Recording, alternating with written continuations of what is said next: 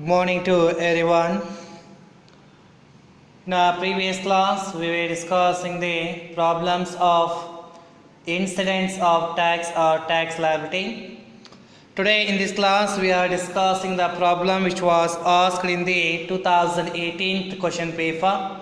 ನಾವು ಹಿಂದಿನ ಕ್ಲಾಸಲ್ಲಿ ಟ್ಯಾಕ್ಸ್ ಇನ್ಸಿಡೆಂಟಿಗೆ ಸಂಬಂಧಪಟ್ಟ ಹಾಗೆ ಟ್ಯಾಕ್ಸ್ ಲಯಬಿಲಿಟಿಗೆ ಸಂಬಂಧಪಟ್ಟ ಹಾಗೆ ಪ್ರಾಬ್ಲಮನ್ನು ಡಿಸ್ಕಷನ್ ಮಾಡ್ತಾ ಇದ್ದೀವಿ. ಆ ಒಂದು ಕಾನ್ಸೆಪ್ಟಲ್ಲಿ ವ್ಯಕ್ತಿ ರೆಸಿಡೆಂಟ್ ಪೊಸಿಷನ್ದಲ್ಲಿ ಇದ್ದಾಗ, ನಾಟ್ ಆರ್ಡಿನರಿ ರೆಸಿಡೆಂಟ್ ಪೊಸಿಷನ್ದಲ್ಲಿ ಇದ್ದಾಗ ಅಥವಾ ನಾನ್ ರೆಸಿಡೆಂಟ್ ಪೊಸಿಷನ್ದಲ್ಲಿ ಇದ್ದಾಗ ಆತನ ಗ್ರಾಸ್ ಟೋಟಲ್ ಇನ್ಕಮ್ ಎಷ್ಟಾಗುತ್ತೆ ಎಂಬುದನ್ನು ಕ್ಯಾಲ್ಕುಲೇಷನ್ ಮಾಡ್ತಾ ಇದ್ದೀವಿ. ಸೊ ಅದೇ ಕಾನ್ಸೆಪ್ಟಲ್ಲಿ ಇವತ್ತು 2018ರಲ್ಲಿ ಕೇಳಿರುವಂತಹ ಕ್ವಶನನ್ನು ನಾವು ಇವತ್ತು ಡಿಸ್ಕಷನ್ ಮಾಡ್ತಾ ಇರುವಂಥದ್ದು. ಸೊ ಮೊದಲಿಗೆ ಪ್ರಾಬ್ಲಮನ್ನು ಸೊಲ್ಯೂಷನ್ ಮಾಡೋದಕ್ಕಿಂತ ಮುಂಚೆ ಪ್ರಾಬ್ಲಮಲ್ಲಿ ಏನು ಇನ್ಫಾರ್ಮೇಷನ್ ಕೊಟ್ಟಿದ್ದಾರೆ ಎಂಬುದನ್ನು ನಾವೀಗ ಸ್ಟಡಿ ಮಾಡ್ತಾ ಹೋಗೋಣ. So this is the problem here. Okay, following are the particulars of Mr. Harsha for the previous year ending on 31/3/2020. In a previous year, what are the incomes are earned by the Mr. Harsha? Those all incomes were given below here. Based upon that, we need to judge here those incomes are taxable in case of the resident or not, in case of the not ordinary resident or not, or in case of the non-resident or not. Let us see the type of incomes one by one, and the incomes were given here in the form of A, B, C, D. First one, profit from business in Raichur, the business being controlled from America. Right? So profit from business in Raichur is that. Second one, salary received in India for the service rendered in France rupees 80,000. Okay.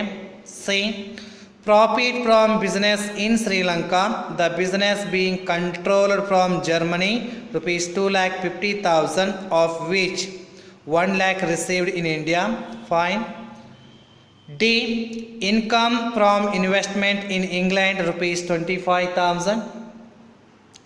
Income from house property in Bangalore rupees 75,000, broken rupees 50,000 received in Canada and spent there. Fine. Next, F, interest received from non-resident against the loan given to him to run a business in Hubli rupees 25,000. Okay. Salary received in Germany for the service rendered in Indian Embassy of rupees 1 lakh. Point H, dividend from JSW Limited rupees 10,000. Okay. Past untaxed income earned in a Singapore brought into India during the previous year rupees 50,000. Fine. Next, agriculture income from land situated in Bangladesh rupees 50,000 deposited in a bank there. Fine. The last one, profit on sale of building in South Africa rupees 1,50,000, of which 50% is received in India. So these are the different types of incomes belongs to the Mr. Harsha were given in the problem. Based upon these all incomes, we need to check here the tax applicability in case of the resident, not ordinary resident and a non-resident. Based upon the provisions, we are going to decide this one, right? And based upon that, we are going to calculate what is the gross total income of Mr. Harsha at the end of the assessment year. That's what they have asked here. Compute the gross total income of Mr. Harsha for the assessment year 2020-21 if he is 1. Ordinary resident in India, not ordinary resident in India, non-resident in India. So this is the question, very easy question, just we need to apply the provisions of the IT Act while deciding the nature of income. and based upon the nature of income, we are going to judge here whether that income is taxable in the hands of the resident or not, whether it is taxable in the hands of the not ordinary resident or not, taxable in the hands of the non-resident or not. So based upon that, we need to make application here and we will do the problem. Okay. Let us see the solution part of this one. Fine. This is the format here to calculate the gross total income. As you know well, already we had discussed the problem, the same format in the previous classes. Mr. Harsha, computation of gross total income for the assessment year 2020 and 21. Serial numbers, first column, second one particulars, resident. Resident in the sense ordinary resident only, not ordinary resident, third one non-resident. So now based upon the transaction, we are going to judge here, we are going to decide whether that income is taxable in the hands of the first person called resident, or it is taxable in the hands of the not ordinary resident, or it is taxable in the hands of the non-resident. Already we had discussed the provisions relating to this all, right? In our previous classes we have come across these all provisions, just we are applying those all provisions while discussing the problems. Okay? Let us concentrate over the problem one by seeing the incomes here. First one, profit from business in Raichur A.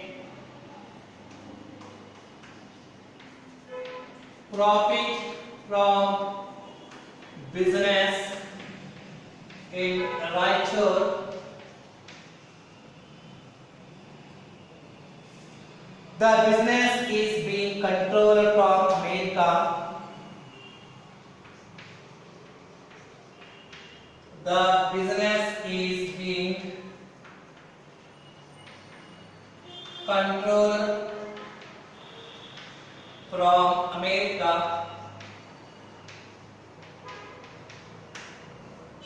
Rupees 1,50,000. Now see this one. Profit from business in Raichur. The business is being controlled from America. What they are saying here? The income is earning in an Indian economy, that is the place called Raichur. Raichurally income earn ಆಗ್ತಾ ಇದೆ. If you see our provisions relating to the tax liability, if any income is generated or earned in an Indian economy, that is taxable in the hands of the all the three persons. Bharat ದೇಶದಲ್ಲಿ income ಏನಾದರೂ generate ಆಗ್ತಾ ಇದ್ರೆ ಅದು ಮೂರು ವ್ಯಕ್ತಿಗಳ ಕೈಯಲ್ಲಿ taxable ಆಗುತ್ತೆ. ಇದು ಇಂಡಿಯಾದಲ್ಲಿ ಜನರೇಟ್ ಆದಂತಹ ಇನ್ಕಮ್, ಹೀಗಾಗಿ ಮೂರು ಜನರ ಕೈಯಲ್ಲಿ ಟ್ಯಾಕ್ಸೇಬಲ್ ಆಗುತ್ತೆ. 1,50,000, 1,50,000, 1,50,000. Okay. The second one being salary received in India.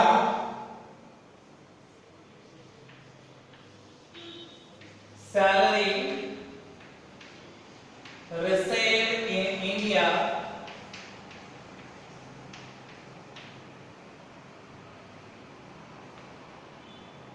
for the service rendered in the service rendered in France. Rupees 8,000. Now see here, salary received in India for the service rendered in France. So if a person is there, that person is giving a service in the France. For that, the income is received in India. ಅಂದ್ರೆ ಒಬ್ಬ ವ್ಯಕ್ತಿ ಇದ್ದಾನೆ, ಆ ವ್ಯಕ್ತಿ ಹರ್ಷ ಅನ್ನುವಂತಹ ವ್ಯಕ್ತಿ France ನಲ್ಲಿ services ಅನ್ನು ಮಾಡಿ, ಆ ಫ್ರಾನ್ಸ್ ನಲ್ಲಿ ಸರ್ವಿಸಸ್ ಅನ್ನು ಮಾಡಿದಕ್ಕೆ ಇಂಡಿಯಾದಲ್ಲಿ ರಿಸೀವ್ ಮಾಡ್ತಾ ಇದ್ದಾರೆ. As we know well, the provisions of the tax liability, if any income is received in India, that is taxable in the hands of the purpose. Bharat ದೇಶದಲ್ಲಿ ಇನ್ಕಮ್ ಏನಾದರೂ ಅರ್ನ್ ಆಗ್ತಾ ಇದ್ರೆ ಮೂರು ಜನರ ಕೈಯಲ್ಲಿ ಟ್ಯಾಕ್ಸೇಬಲ್. ಭಾರತ ದೇಶದಲ್ಲಿ ಏನಾದರೂ ಇನ್ಕಮ್ ಅರ್ನ್ ಆಗ್ತಾ ಇದ್ರೆ ಅಥವಾ ರಿಸೀವ್ ಆಗ್ತಾ ಇದೆ, ಡೀಮ್ ಟು ಬಿ ರಿಸೀವ್ ಇದ್ರೆ, ಡೀಮ್ ಟು ಬಿ ಅಪ್ರೂವ್ ಇದ್ರೆ, ರೈಟ್, ಅವೆಲ್ಲ ಏನಪ್ಪಾ ಅಂದ್ರೆ ಎಲ್ಲರಿಗೆ ಕೂಡ ಟ್ಯಾಕ್ಸೇಬಲ್. ಹೀಗಾಗಿ salary received, nothing but income received in India, is taxable in the hands of the all the three persons. 80,000. Say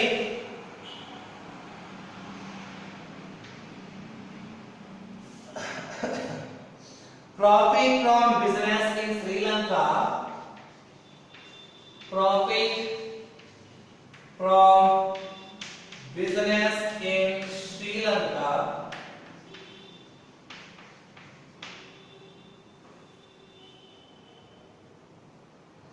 the business is being controlled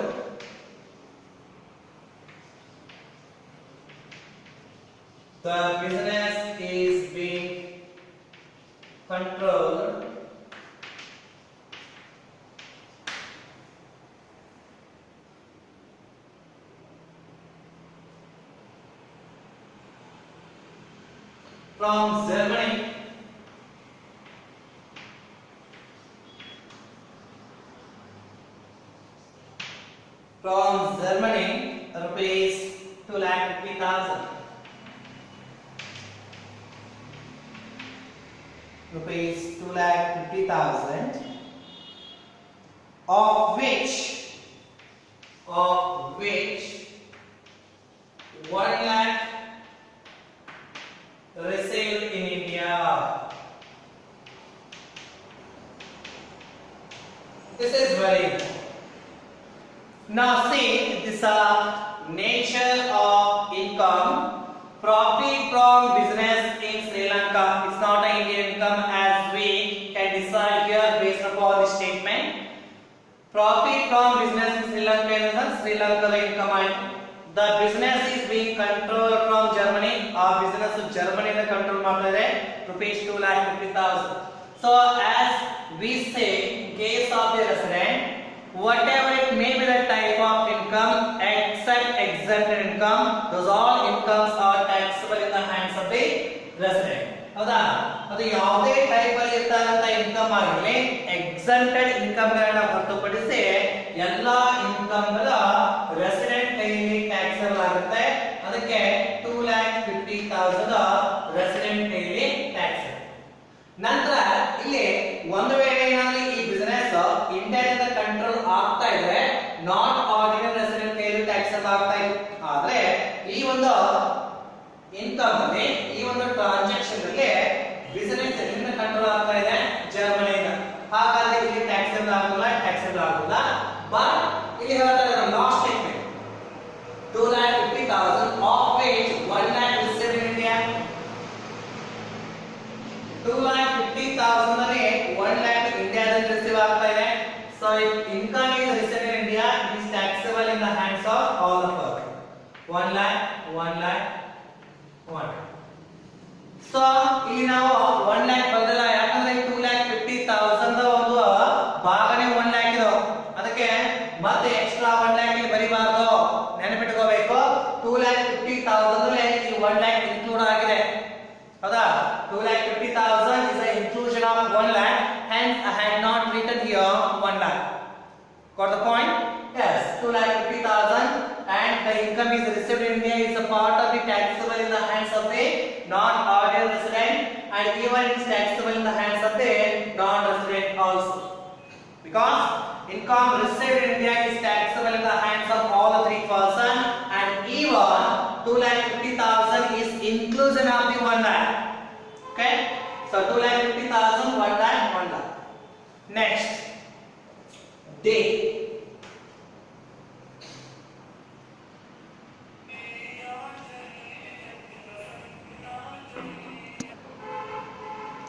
Okay, the D option, the D nature of income from investment in England,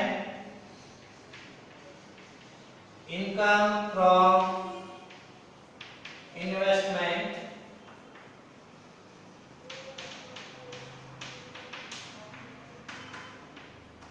in England.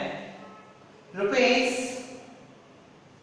25,000. Now see our income from investment in England, rupees 25,000. Whether it is received in India, no information is given. Whether it is earned in India, no information is given. That means income received and earned outside the India. If income received and earned outside India, it is taxable in the hands of the first person only. Bharat ದೇಶವನ್ನು ಬಿಟ್ಟು ಬೇರೆ ದೇಶದಲ್ಲಿ income earn ಆಗಿ ಅಥವಾ ಬೇರೆ ದೇಶದಲ್ಲಿ ಆ income ಏನಾದರೂ ರಿಸೀವ್ ಆಗ್ತಂದ್ರೆ ಫಸ್ಟ್ ಪರ್ಸನ್ ಕೈಯಲ್ಲಿ ಮಾತ್ರ ಅದು ಟ್ಯಾಕ್ಸಬಲ್ ಆಗುತ್ತೆ ಎನ್ನುವಂಥದ್ದು. ನೆಕ್ಸ್ಟ್ ಈ income from house property, income from house property in Bangalore. This much of information is enough to decide. ಹೌದಾ ನೋಡಿ, ಬ್ಯಾಂಗ್ಳೂರಲ್ಲಿ ಇರ್ತಕ್ಕಂಥ ಹೌಸ್ ಪ್ರಾಪರ್ಟಿ ಇಂದ ಇನ್ಕಮ್ ಬರ್ತಾ ಇದೆ. Indian income taxable in the hands of all the person. Income from house property in Bangalore rupees 75,000. In a bracket they had given, confuse ಮಾಡಿ ಕೊಟ್ಟಿದ್ದಾರೆ, 50,000 received in Canada. 50,000 received in Canada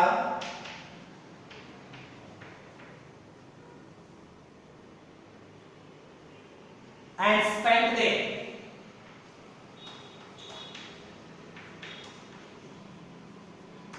Okay, income from house property in Bangalore 75,000. So Indian income in the sense it is taxable in the hands of all the three persons. Next,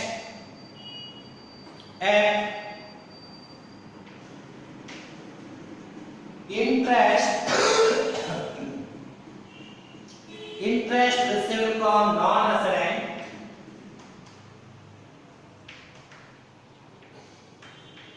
Interest received from non-resident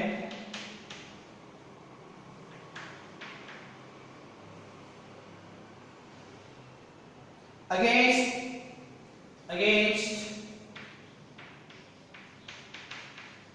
the loan giver, against the loan giver to him, run a business in Hubli. Now see this one. What is the interest he is receiving? 25,000. Now we are receiving the interest from a non-resident here. Why we are receiving the interest from him? Because we have given a loan to him to run a business in Hubli. That means here he is running a business in Hubli, and out of that he is earning an income, and out of that income only he is paying the interest here. So that is the assumption we need to make here. ಹೌದಾ? So ಆತನಿಗೆ ನಾವು loan ಕೊಟ್ಟಿದ್ವಿ. ಆ loan ಯಾವುದಕ್ಕೋಸ್ಕರ ಆತ ತೆಗೆದುಕೊಂಡಿದ್ದ ಅಂದ್ರೆ ಹುಬ್ಬಳ್ಳಿಯಲ್ಲಿ business ಅನ್ನ ಮಾಡುವ ಸಲುವಾಗಿ ಆತ ಲೋನ್ ತೆಗೆದುಕೊಂಡಿದ್ದ. ಆ ಬಿಸಿನೆಸ್ ಇಂದ ಬಂದಂತಹ ಇನ್ಕಮ್ ಅಲ್ಲಿ ನಮಗೆ ಇಂಟ್ರೆಸ್ಟ್ ಅನ್ನು ಕೊಡ್ತಾ ಇದ್ದಾನೆ. ಸೊ ಇದರ ಮುಖಾಂತರ ನಮಗೆ ಗೊತ್ತಾಗ್ತಾ ಇದೆ ಇನ್ಕಮ್ ಎಲ್ಲಿ ಆಗ್ತಾ ಇದೆ, ಹುಬ್ಬಳ್ಳಿಯಲ್ಲಿ. ಹುಬ್ಬಳ್ಳಿ ಅಂತ ಹೇಳಿದ್ರೆ ಇಂಡಿಯಾ ಆಯ್ತು. ಇಂಡಿಯಾದಲ್ಲಿ ಅದು ಅರ್ನ್ ಆದ್ರೆ 3 ಜನರ ಕೈಯಲ್ಲಿ ಅದು ಟ್ಯಾಕ್ಸೇಬಲ್ ಆಗುತ್ತೆ.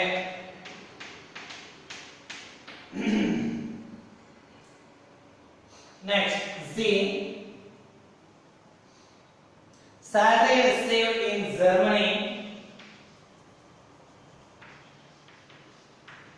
Salary received in Germany.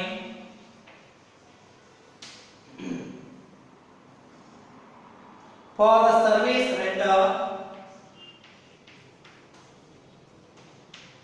For the service rendered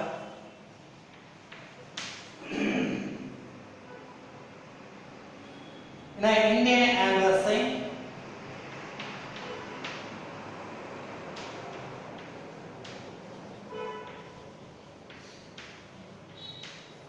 in an Indian embassy of Germany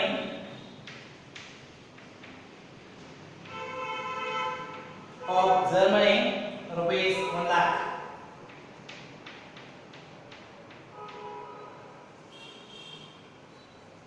Of rupees 1 lakh.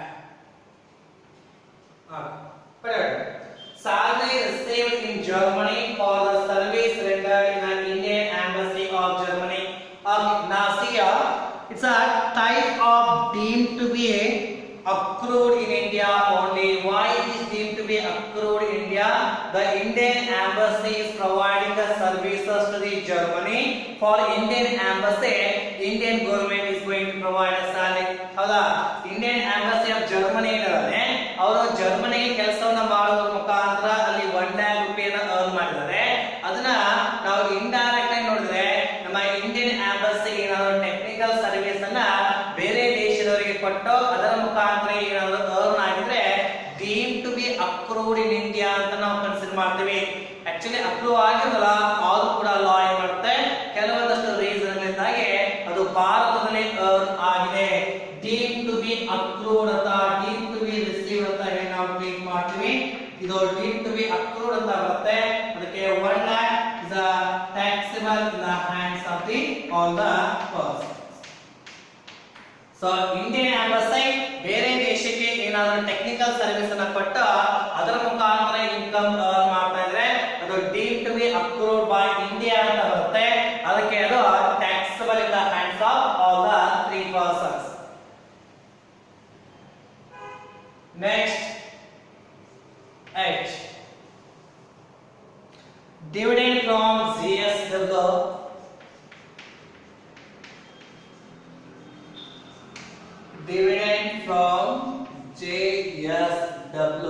Limited. So JSW Limited is an Indian company. For any dividend is received from Indian company, it is exempted in the hands of all the 3 persons. Next, I. Fast untaxed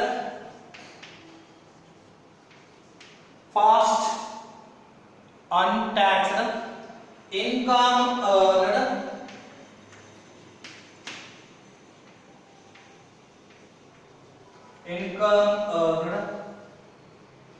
fast untaxed income earned in Singapore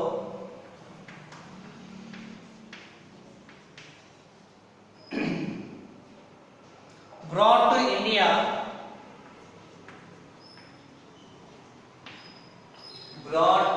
India in previous year. Now see here, past untaxed income which was earned in Singapore, the income is brought to India in the previous year. For any past untaxed income which is brought to India in the previous year, that is also exempted in the hands of all the 3 persons. Check.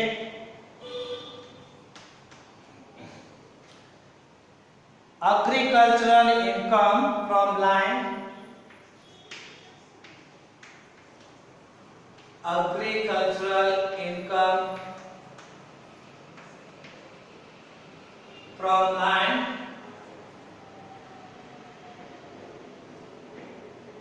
situated in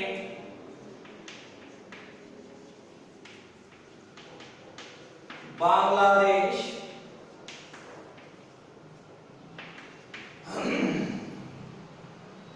rupees 50,000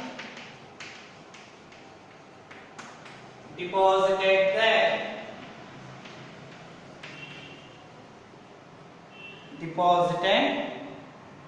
there. In the bank. Now see here, agricultural income from land situated in Bangladesh rupees 50,000 deposited in a bank there. It's not an Indian agricultural income. Don't make confuse yourself. If any income earned from an agricultural land which is situated in India, that is exempted.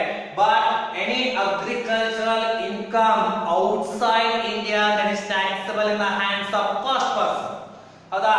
Bharat ದೇಶದಲ್ಲಿ agriculture income ಮುಖಾಂತರ ಏನಾದ್ರೂ income ಬರ್ತಾ ಇದ್ರೆ ಆ ಒಂದು income exempted. ಆದ್ರೆ ಬೇರೆ ದೇಶದಿಂದ ಆ ಒಂದು ಇನ್ಕಮ್ ಏನಾದ್ರೂ ಬರ್ತಾ ಇದ್ರೆ ಅದು ಎಕ್ಸೆಂಪ್ಟೆಡ್ ಅಲ್ಲ, ಟ್ಯಾಕ್ಸ್ ರೂಲ್ಸ್ ಗೆ ಅನುಗುಣವಾಗಿರೋ ಟ್ಯಾಕ್ಸೇಬಲ್ ಆಗುತ್ತೆ. Agriculture income from situated in Bangladesh rupees 50,000, ಬಾಂಗ್ಲಾದೇಶದಲ್ಲಿ ಅಗ್ರಿಕಲ್ಚರ್ ಮುಖಾಂತರ 50,000 ಬರ್ತಾ ಇದೆ. ಮತ್ತೆ ಆ 50,000 ನ ಅಲ್ಲೇ ಬ್ಯಾಂಕ್ ಗೆ ಡಿಪಾಸಿಟ್ ಮಾಡಿದ್ರೆ ಇಂಡಿಯಾದಲ್ಲಿ ಅರ್ನ್ ಆಗಿಲ್ಲ, ರಿಸೀವ್ ಆಗಿಲ್ಲ ಅಂದ್ರೆ ಫಸ್ಟ್ ಪರ್ಸನ್ ಗೆ ಮಾತ್ರ ಅದು ಟ್ಯಾಕ್ಸೇಬಲ್ ಆಗುತ್ತೆ. K profit on sale of building, profit on sale of building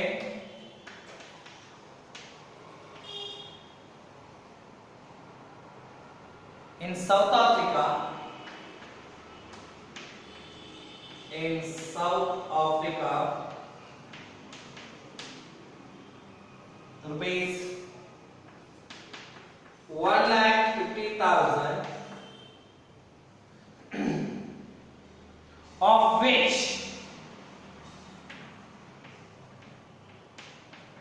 50% is received in India.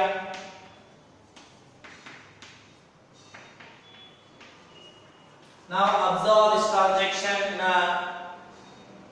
carefully.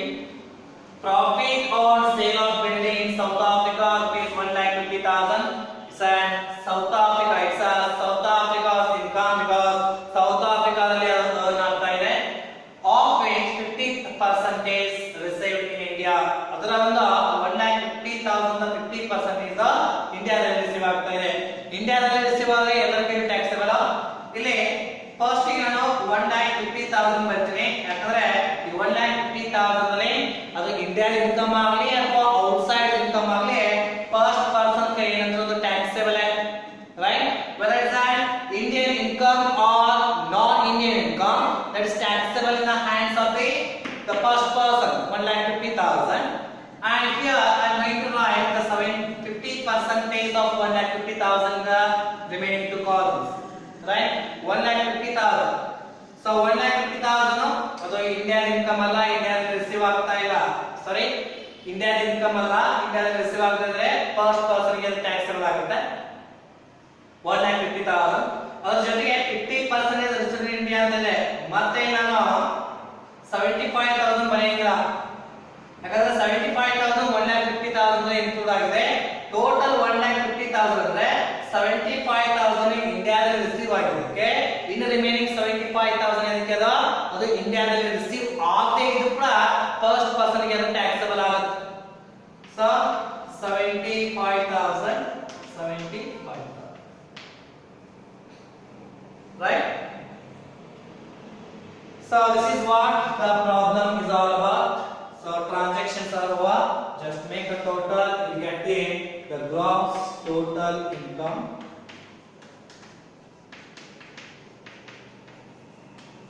If you make a total of first column, you get the answer called 9,05,000. 9,05,000. Second column total, make a total, you will get the 6,05,000. 6,05,000. Third column total is also 6,05,000. Okay, so this is what the simple problem which was asked in the 2018 question paper for 15 marks. Very easy. Just we need to remember the provisions. According to that, we need to make a calculation. Total mark aparte niಮಗೆ same answer ಸಿಗುತ್ತೆ. Okay, so I'm going to write some notes here. First, dividend from Indian company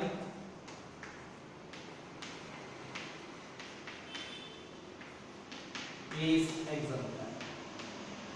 So any dividend income is received from Indian company is totally exempted, as you know. Second one, first untaxed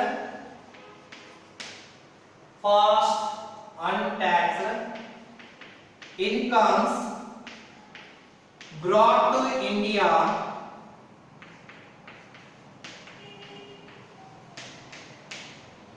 in previous year is not taxable. So any first incomes is brought to India in the previous year is not taxable in the hands of 3%. This is what the notes here. So this is the complete answer for your 2018 question paper. Okay. In the next class we will discuss one or two more problems relating to the same concept. After that I am going to wind up to the second chapter. Okay. If you have any problem relating to the tax liability, incidence of tax, so contact me and clear all